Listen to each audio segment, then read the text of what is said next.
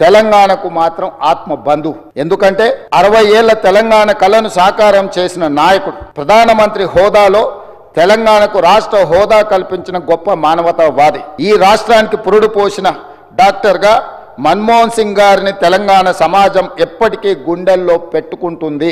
తెలంగాణ ప్రజలకు శ్రీమతి సోనియా గాంధీ గారు ఇచ్చిన మాటను పార్లమెంటరీ ప్రక్రియలో నెరవేర్చే బాధ్యత తీసుకున్న గ్రేట్ లీడర్ మన్మోహన్ సింగ్ గారు.